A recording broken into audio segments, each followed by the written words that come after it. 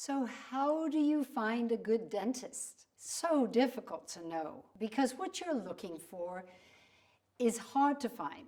Out there are traps that you don't want to fall into. I understand. I don't think I can tell you exactly how to find the dentist you're looking for in this video, but I'm going to try and help you make a selection as if you were one of my clients, one of the ones on my oral health video boot camp. You're a student of the game of oral health.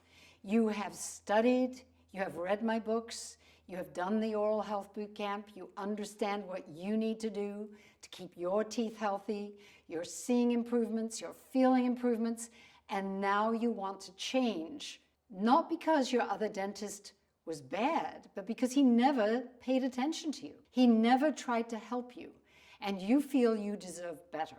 So how do you find a dentist who's really going to help you? I think the first thing I have to really, unfortunately, tell patients is that today, being a dentist is very hard.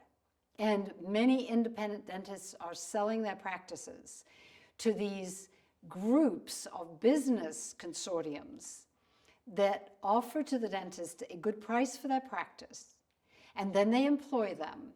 The whole practice is then managed under a management business strategy. And when a practice is managed in that way, dentists have to perform. This is not a practice that's going to give you a lot of personalized advice to not need treatment. You have to understand that. They work with insurance companies, they are high volume, and not only are they high volume of patients coming through their doors, but they want those patients to be maximized. There are, in many of these offices, so-called huddles, first thing in the morning, where they go through the records of the patients for that day, looking at what the insurance for that patient would be able to pay for. So if you arrive at the front office of some of these dental consortiums, you are going to maybe be greeted by a smiley office manager. But what they are really doing as they greet you is decide, are there certain things? Is your daughter about to get married? You might like a whitening. Is there something else that you're concerned about? And there will be a lot of strategy, marketing strategy, to sell you things. Now, I'm not saying you don't need or want those things, but there might be a lot of pressure.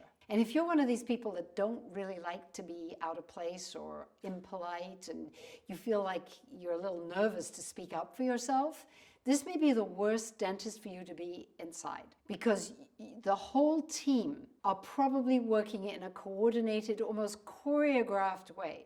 And sometimes the lighting in the office is adjusted so that your teeth won't look so good, or they have cameras that blow up your teeth so they're showing you all the cracks and all the dirty colors here and all that recession and how they could do this and that.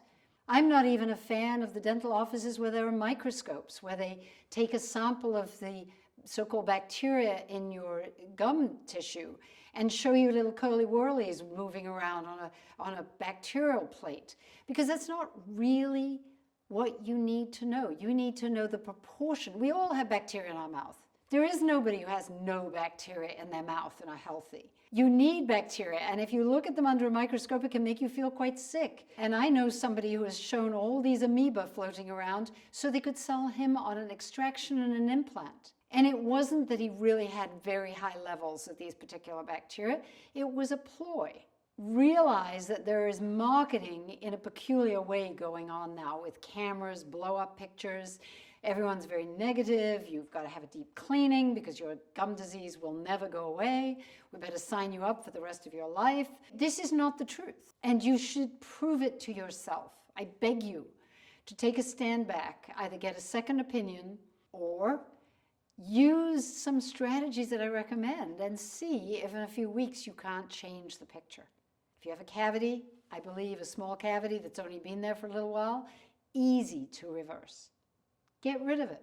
These are the kind of dental support systems that you want. How about a biologic dentist or a natural dentist? Well, they usually would disagree with me about fluoride. They don't want to use fluoride toothpaste. You would have to keep that under wraps because they would have a so-called hissy fit about it in most cases.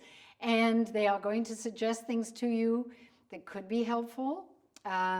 But often they want to take out every silver amalgam filling that's in your mouth and put in white plastic ones because they believe of the toxicity in your mouth that those silver amalgams are contributing.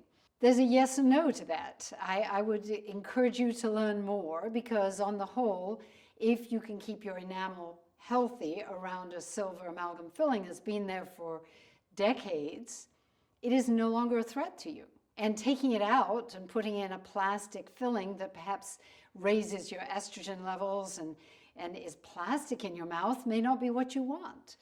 And it may end up killing the tooth in the long term and you end up with root canal or an extraction or an implant. And I see a lot of biologic natural dentists doing a lot of work. And for me, I want the dentist that does no work. The problem for that dentist is that's not very lucrative. We have a catch-22 in this country. I would therefore say to you that you should look for a dentist who, if you need a filling, understands biomimetic dentistry. If you have a filling done, you want the minimal amount of destruction, minimally invasive. If you have a child, you definitely want minimally invasive dentistry. Do not have all the crowns, the root canals, the general anesthetic treatments that so often are recommended to young children. Look on the website mobydental.org. They are a not-for-profit group that try to give you and place you with dentists who are minimally invasive, no drill, no injection, for children. For adults, I would recommend to you that you look at a lot of websites. I personally would ask friends and family for recommendations. I would not go to the one that my dental insurance pays for. Dental insurance is a whole nother topic I'm not prepared to talk about, but it is not necessarily at all in your best interest. And going to a dentist just because they take insurance is a very poor choice often, and you will pay more in the end, maybe not just with money, but perhaps with other, the loss of tooth structure or worse. So I would suggest looking at the profile of the team in your dental office. I think it is a great thing. What happened for me as a young dentist is I apprenticed to an older dentist. I wish we had that system in America where young dentists learn from older dentists. I think there would be so much more quality. We could teach each other what's worked, what hasn't worked. You come out of dental school and you're trained, but most dentists would admit that it takes 15 years to truly learn how much of that was important, how much of that was wrong, and how much of that was good. Perhaps a dental office where you have a father who would obviously have been sort of talking to his son, helping him get established. I feel that a dental office that is family in that way, a parent, a mom or a dad, with their child coming into the office or children in the office as new dentists, that might be a good office for training up somebody who really knows a lot, because it is experience that gives you knowledge in dentistry. And I would also say that if you have two brothers, I know a practice here in Austin where two brothers are endodontists in the same practice. I feel like they must talk together in a different way and share stories. So this family business in dentistry, I think, is a good thing. Most of my friends who I respect as very high-level dentists often had dads who were dentists or moms who were dentists before them. The other thing I think is a dentist that maybe has had a lot of experience. Most dentists who work as missionaries in the missionary field in countries where there is out-of-control tooth decay, where they don't have the equipment to use, they really learn what's important. They really learn the suffering and the importance of what's important to do and what isn't. Dentists who've had experience working with special needs kids or in nursing home environments, or who have actually given up their time to work as volunteers to help needy communities. These are usually amazing people who have wonderful dental skills that are hidden sometimes. They're not the high-paying, fancy, promoted dental offices. So if you have an event in town where maybe there's a charity event where they're offering dental services, You could volunteer and be a helper and maybe get to know some of the best dentists in your area at that event. So that's how I would gauge a dentist. I would look for their heart, I would look for their communication skills, and I would look for their expertise. And to find that, you may have to delve a little bit deeper than just looking at who your insurance pays for.